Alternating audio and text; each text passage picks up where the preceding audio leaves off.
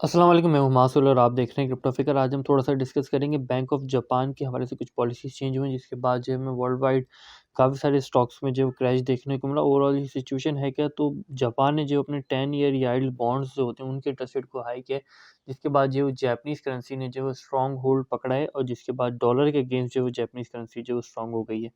तो ओवरऑल इसके इम्पैक्ट को देखते हैं, उससे पहले देख लें तो कुछ इंपॉर्टेंट फैक्ट्स देख लें। तो अमेज़न जो है वो पहली कंपनी बन गई जो इसने बेयर मार्केट में तकरीबन $1 ट्रिलियन जो है वो लूज़ किया है। ऑल्दो कि बुल एंड बेयर में तमाम चीज़ें चलती रहती हैं, कुछ ख़ासी यूनिक चीज़ नहीं है। अगर आप with respect to the market देखें तमाम चीज़ों को, एलन मस्क का ये कहना है कि गवर्नमेंट पे करती है ट्विटर को मिलियंस ऑफ डॉलर ताकि इन्फॉर्मेशन को जो है वो सेंसर किया जा सके, जो कि किसी भी गवर्नमेंट के अगेंस्ट होती है। यूएसए की गवर्नमेंट अपनी आपको सिक्योर करने के लिए करती है, सेम इसी तरीके से काफ़ी सारी गवर्नमेंट जो है वो स्टेप उठाती हैं। Visa is exploring option to allow automatic payment via Ethereum. अब इसको थोड़ा-सा समझ लीजिए। वीज़ा, मास्टर कार्ड और वीज़ा कार्ड आपने सुना होगा। तो वीज़ा अगर अलाउ करेगा इथेरियम पेमेंट को, ठीक है, सपोज इट के वीज़ा की किसी तरह की कोलैबोरेशन हो जाती है इथेरियम से। अब जहाँ क्रिप्टो रेगुलेट नहीं है, सपोज इट की इथेरियम पाकिस्तान में रेगुलेट नहीं है, लेकिन वीज़ा की सर्विसेज जो है वो ज़ाहिर सी बात है पाकिस्तान में अवेलेबल है, तो वीज़ा की सर्विसेज वीआईए इथेरियम भी जो है वो अवेलेबल हो जाएँगी, जिस पे जो काफ़ी ज़्यादा रेगुलेशंस के हवाले से सवालात उठेंगे और ये काफ़ी ज़्यादा जो सिचुएशन और ज़्यादा क्रिटिकल हो जाएगी।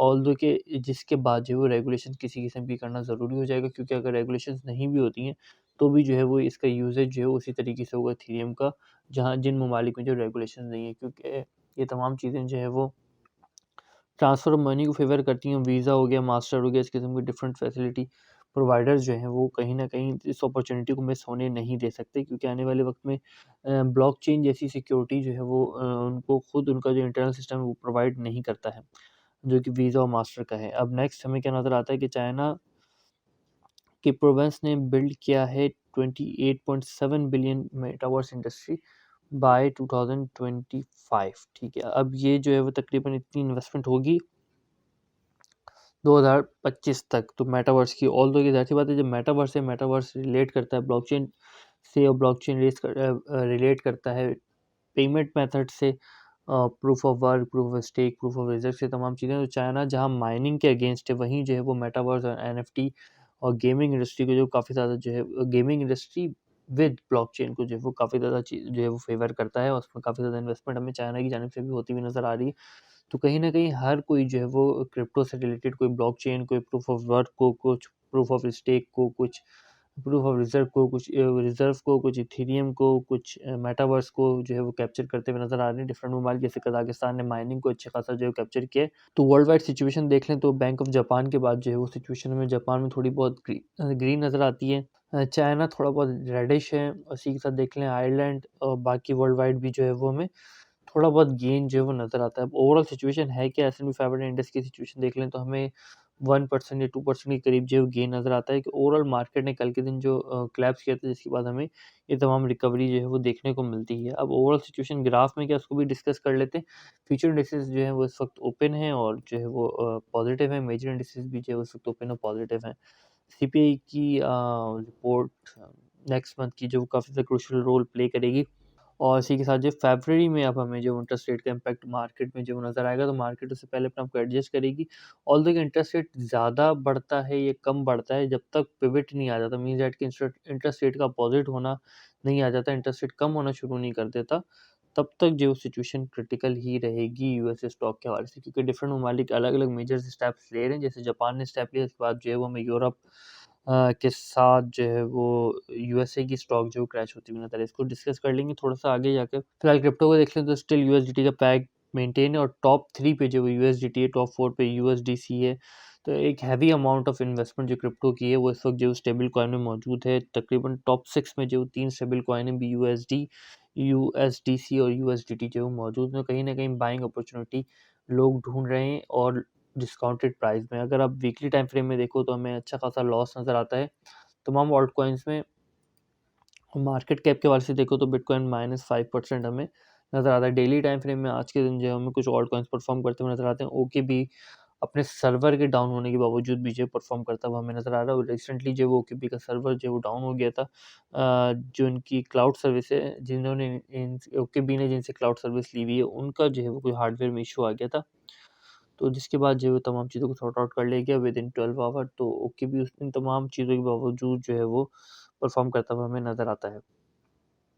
बाइंग देख लें तो यूएसडी, डॉलर, यूरो जो है वो हमें क्रिप्टो में आते हुए नज़र आ रहे हैं। इथेरियम में अच्छी खासी इन्वेस्टमेंट होती हुई हमें नज़र आ रही है, और यूएसडीटी की इन्वेस्टमेंट जो है मल्टीपल कॉइन्स में नज़र आती है, और एक्सआरपी में भी जो इन्वेस्टमेंट होती हुई नज़र आ रही है। अब इन्वेस्टमेंट निकल के किन कॉइन से रही है, तो डॉज से, एक्सआरपी से, शिप से, सोलाना, लिग, मास्क जैसे कॉइन से जो इन्वेस्टमेंट निकल रही है। बीटीसी से हैवी अमाउंट ऑफ इन्वेस्टमेंट निकल रही है, ऑल्दो कि इथेरियम से जो इतनी ज़्यादा इन्वेस्टमेंट जो नहीं निकल रही है, और यूरो में भी जो है वो इन्वेस्टमेंट हमें जाती हुई नज़र आ रही है क्रिप्टो से निकल के। अब थोड़ा सा और देख लें 30 दिसंबर को ओवरऑल क्या सिनेरियो हो सकता है, तो स्टिल मैक्सिमम प्राइस जो 19,000 के राउंड अबाउट मौजूद है, और हैवी फ्लक्चुएट हो सकती है, क्योंकि 30 दिसंबर का जो ओपन इंटरेस्ट है वो बहुत ज़्यादा हाई है, तकरीबन जो वो 100 की के राउंड अबाउट रेंज में है।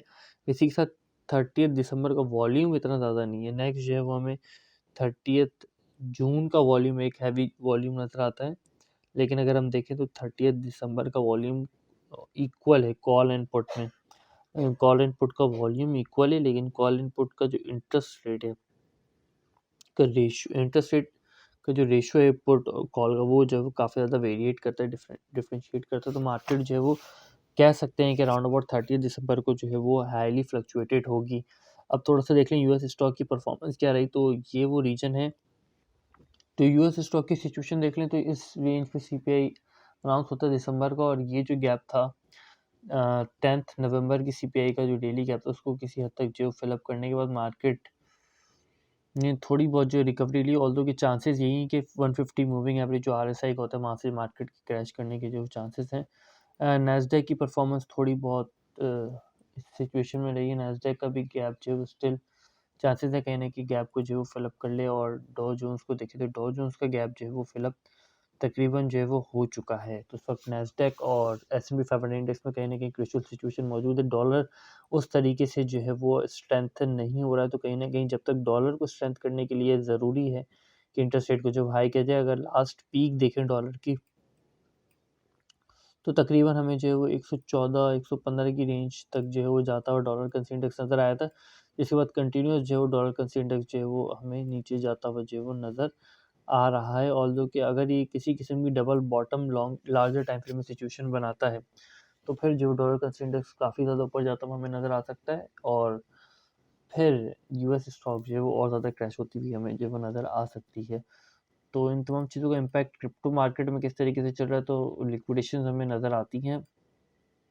तकरीबन 25 तारीख करीब जो है वो ट्रेडर लिक्विडेट हुए हैं, लेकिन लिक्विडेशन वॉल्यूम हमें इतना ज़्यादा नज़र नहीं आता। इधर कि लास्ट टाइम हमें 16 दिसंबर को जो है वो एक वॉल्यूम नज़र आया था, जो कि एज़ यूजुअल जो वो काफ़ी कॉमन होता है, जब भी जो है वो फेडरल इंटरेस्ट रेट के अनाउंसमेंट के एक दिन बाद या एक दिन पहले, सीपीआई के अनाउंसमेंट के एक दिन बाद पहले जो सिचुएशन हमें देखने को मिलती है कि एक्सचेंजेस जो हैं वो लिक्विडेशन में अच्छी खासी अमाउंट जो है अर्न कर लेती हैं। बाइनेंस से तकरीबन 74,000 के करीब बीटीसी एग्जिट हो चुका है। कॉइनबेस प्रो से 50,000 के करीब, बिटफिनिक्स पे कहने के बीटीसी में नज़र आता है। ओकेएक्स में स्टिल जो है वो बीटीसी मौजूद है। इधर याद रखिए कि 30 डेज़ का चेंज है। अगर आप बाइनेंस का राउंड अबाउट 2 महीने का चेंज देखें तो बाइनेंस इस पॉजिटिव नज़र आएगा। 2 महीने का चेंज अगर आप कॉइनबेस का देखें तो कॉइनबेस जो है वो हमें नेगेटिव नज़र आएगा।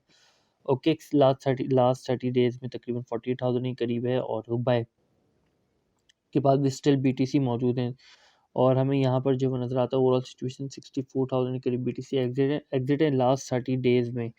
लेकिन अब इस ग्राफ को देखें तो सिचुएशन यही इस रीजन में नज़र आती, और अगर आप लास्ट टाइम इसको कंपेयर करो सिर्फ 1 महीने पहले से, तो तकरीबन 2 लाख के करीब बीटीसी जो है वो एग्जिट है एक्सचेंजेस से। अब थोड़ा सा मूविंग एवरेजेस को देख लें तो नेक्स्ट मार्केट जो है वो कहीं ना कहीं फेवर कर सकती है 100 एक्सपोनेंशियल मूविंग एवरेज को। स्टिल जो है वो 44 मूविंग एवरेज को एज अ स्ट्रॉन्ग रेजिस्टेंस बना के डेली टाइम फ्रेम में जो है वो ट्रेवल आउट करी, लेकिन एक साइडवेज मूवमेंट हमें देखने को मिलती है, और साइडवेज मूवमेंट जो तकरीबन 6 या 7 नवंबर से हमें डेली टाइम फ्रेम में नज़र आ रही है। अब इन्हीं तमाम चीज़ों को थोड़ा सा टेंसो चार्ट से देख लें तो हमें उस तरह का एक सेलिंग प्रेशर जो है वो नज़र नहीं आता, कहीं न कहीं थोड़ी बहुत बाय नज़र आती है, ऑल्दो कि ये काफ़ी क्रिटिकल सिचुएशन हो सकती है। हमें इस रेंज में एक बाइंग ऑर्डर्स डिफरेंट नज़र आते हैं, उसके बाद मार्केट को ऊपर ले जाने की कोशिश की गई और सिर्फ 4 घंटों के बाद जो है वो ऑर्डर की जो पॉइंट ऑफ कंट्रोल है वो चेंज हो गया। इसी रेंज में हमें नज़र आते हैं मल्टीपल ऑर्डर जो कि 16,800 की रेंज है और उससे पहले 16,400 की रेंज में जो है वो हमें ऑर्डर्स नज़र आए थे। तो ऑल्दो कि स्टिल हम कह सकते हैं कि साइडवेज़ मूवमेंट है, वॉल्यूम के हवाले से भी कोई ख़ासी फ्लक्चुएशन हमें देखने को नहीं मिलती। वॉल्यूम जो है वो साइडवेज़ ही जो सिचुएशन को हमें दिखा रहा है। इन तमाम चीज़ों को वीपी, वीआर अ, एक्सो चार्ट में देख लें तो हमें एक साइडवेज़ मूवमेंट नज़र आती है, कोई ख़ासा वॉल्यूम जो है वो किसी और डायरेक्शन में हमें नज़र नहीं आता जो कि हमें बुल और बेयर की सिचुएशन जो है वो क्लियर कर सके, बायर और सेलर के दरमियान की जो फाइट है उसको क्लियर कर सके। बायर और सेलर जो है वो एक ही पॉइंट पे जो है वो ये ट्रेड्स कर रहे हैं। 300 वीकली मूविंग एवरेज जो स्ट्रॉन्ग रेजिस्टेंस क्रिएट बनता जा रहा है, अपने आप को जो है वो 300 moving average weekly time frame का जो है वो अपने आप को स्ट्रॉन्ग रेजिस्टेंस बना रहा है।